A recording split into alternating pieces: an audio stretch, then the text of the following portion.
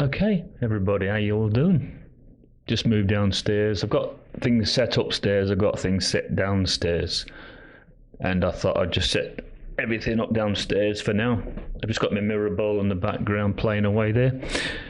Right, I wanted to show you this Belgium scientific virologist. As you can see, his name is Mark van Ranst. And not so long ago, he's kind of boasted about how he sort of manipulated the media and really got them to play along in the scare tactics that scientists use really to sell more vaccines and medicines. I'm going to play it for you. I think you need to have a listen. You tell me your thoughts. It'll play shortly. Thanks for the invitation. And I was asked to tell you about my experiences being the crisis manager, the flu commissioner for Belgium, and highlighting the communication. And then you have one opportunity to do it right. I mean, day one is so important. In day one, you start your communication with the press, with the people, and you have to do it right. I mean, you have to go for one voice, one message. In Belgium, they chose to appoint a non-politician to do that. I mean, I have no party affiliations, and that makes things a little bit, at that time at least, a little bit easier, because you're not attacked politically, majority, minority. That doesn't come into play, and that was a huge advantage. The second advantage is that you can play in Brussels the complete naive guy, and get a lot more done than you would otherwise be able to do. You have to be omnipresent that first day or the first days, so that you attract the media attention. You make an agreement with them that you will tell them all, and if they call, you will pick up the phone. When you do that, then you can profit from these early days to get complete carpet coverage of the field, and they're not going to search for alternative voices there. And if you do that, that makes things a lot easier. These first weeks, that's easy street. When you have no opposition and everybody needs news and they can come to you for news, you can bring quite a lot of neutral information, and it is picked up, and it is well, the news is brought the way you bring it, and that is you can only do that in the first couple of weeks or months. And then you have to say, okay, well, we will have H1N1 deaths. Of course, that would be unavoidable. I used there Sir Donaldson's quote, where he said that in the UK, by the peak of the epidemic, 40 people would die per day at the end of the summer. So 62 at that time million people in UK, 40 deaths a day. I worked it out for Belgium. That would be 7 deaths a day at the peak of the epidemic. I used that in the media. 7 Belgian flu deaths per day at the peak of the epidemic would be realistic. That is true in every year, even interpandemically. That is very, very conservative. However, talking about fatalities is important, because when you say that, people say, wow, what do you mean? People die because of influenza? And that was a necessary step to take. And then, of course, a couple of days later, you had the first H1N1 death in the country, and the scene was set and it was already talked about. And then you had to pick who is going to be vaccinated first. And then, well, women and children first, whatever. I mean, risk groups, they were important. And then I misused the fact that the top football soccer clubs in Belgium inappropriately and against all agreements vaccinated they made their soccer players priority people. So I said I can use that, because if the population really believes that this vaccine is so desirable that even the soccer players would be dishonest to get their vaccine, I said, okay, I can play with that. So I made a big fuss about this. This is Van Ranst is raving mad, but it worked.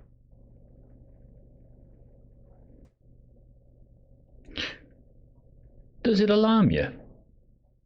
Something like that, where you get a scientific virologist more or less admitting that he manipulated figures, tried to instill fear into the general public. Does that not just sound familiar? Does that not just sound like what we're about to go through at the moment? that they are going to absolutely blow out of all proportion in order to get the world vaccinated. This is where you really need to be looking at that scripture where it says to use wisdom. I'm talking about verse 18 of Revelation 13. Use wisdom. They're going to extraordinary lengths, aren't they, to scare the public, to get them to take a booster. Of course, I have not even received one vaccination, and I'm not going to do.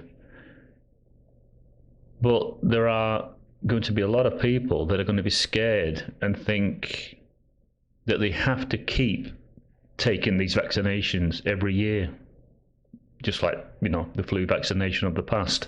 And if they don't, then they're going to feel as if they're more vulnerable. But have they really give their body's natural antibodies a proper chance to do the job that the antibodies were intended to do? And that's to fight off all these things. I mean, in the past, I've had pneumonia, and I fought it off. My body's fought it off. Yes, it's a terrible, terrible thing to have, and if COVID is anything like pneumonia, then yeah, it must be a horrible thing to have. My breathing I was struggling with pneumonia. When I finally did go to the doctors, this was back in the 80s, when I finally did go back, the doctor told me off. He said I should not have presumed that I could have fought this off with no help from him. It's just, I'm not a trusting person when it comes to medical or scientist or any nobles. I just don't trust them. I think now there's more reason not to trust these nobles now than there's ever been in our history. They don't exactly excel, do they, in the realms of truth? They're not spiritual people. They're not looking to praise the Most High. Obviously, they have an agenda to only tell you so much. And I feel as if this is what's been happening since the start of COVID. They've only told us just enough, and usually it's because they've been caught out lying, like Dr. Fauci. At one time, they wanted the world to believe it came from a wet market, of all things. Of course, they couldn't provide that kind of proof. And I don't know about you lot people, but this has got to run its course, obviously, and I'm sure it's going to get a lot worse. Are we now heading for the FEMA camps for those that are resisting? They won't have built them for nothing, and they won't have connected every major city. As far as I know, in the United States, is all connected underneath, and the train basically will just ferry people from one FEMA camp to the next.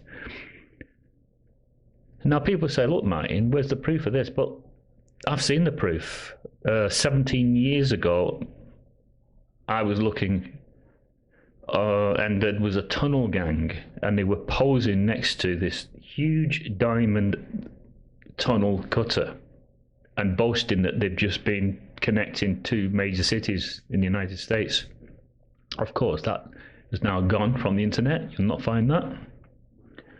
Just as you won't find when the Queen was talking about Princess Diana's death.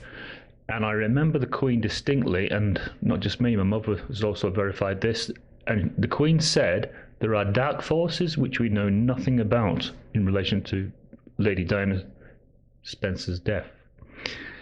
And those things have gone from the internet. You can't find them.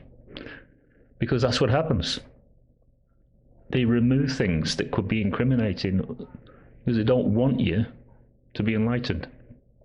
And with COVID-19, that's exactly what they're doing. So you've got that Belgian virologist saying what he's saying. And was he not a bit boastful? Did he not seem like he was happy that he took part in deceiving the public and even using professional footballers in Belgium at the time. It's quite shameful, isn't it, that they would do that? But is it all going to their plan, the Agenda 2030? Of course, I don't believe they'll ever be able to achieve what's on that block plan. There are too many things there that are sort of reminiscent of, God's New Order. When I look at that, I think, what is Satan doing here? Is Satan taking something that should be good and then destroying it and twisting it? Because he does mix lies in with truth. That has been his success since the Garden of Eden, where he mixes the lies in with the truth. And it really takes wisdom, insight to see, because most people won't know the difference. So is it time for the Great Awakening for everyone? Probably. I think it's happening now. People are becoming less and less trusting now, not happy to even take a slightest word of a politician when he makes a speech. I mean, they've got an appalling track record, as you know, but it seems as if every time they talk, you just know that they're spewing out lies. Obviously, they are supporters of the beast. I'm trying to drink my tea, but talk to you at the same time. I'll have a sip. Nice cup of tea in the evening with some rich tea biscuits. Right, I'll get to bed now.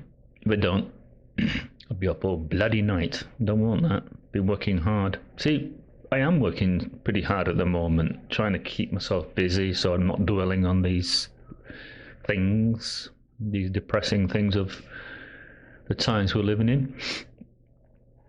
Earthquakes in one place after the other. Do you know what? In the last month, I've never known as many earthquakes. Makes you think that the preaching activity, though, has come to an end, doesn't it? It's good news of the kingdom, Matthew 24, and then the end will come. And then you've got your earthquakes in one place after the other, and then you've got your pestilence. So keep your eyes out, people. We're going to war. The world is going to war. Will it be a genuine war? Will it be a staged war? Why do I say staged? Well, look at the advantages that they could do if they staged a war. They could bring in martial law all over the world and round up all the rebellious ones, the ones that they see as dissenters.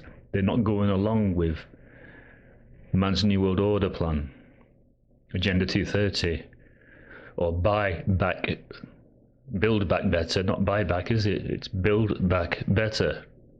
Bullshit. That's what it is. It's absolute bullshit. They'll not achieve it. Looking forward to when they get knocked off their perch. I can cheer. I can say, oh, nice one. All their money thrown into the streets. Lovely. Lovely to watch that, isn't it? All those billionaires crying their little eyeballs out because their money won't save them.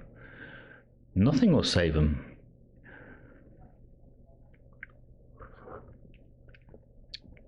Okay. See y'all.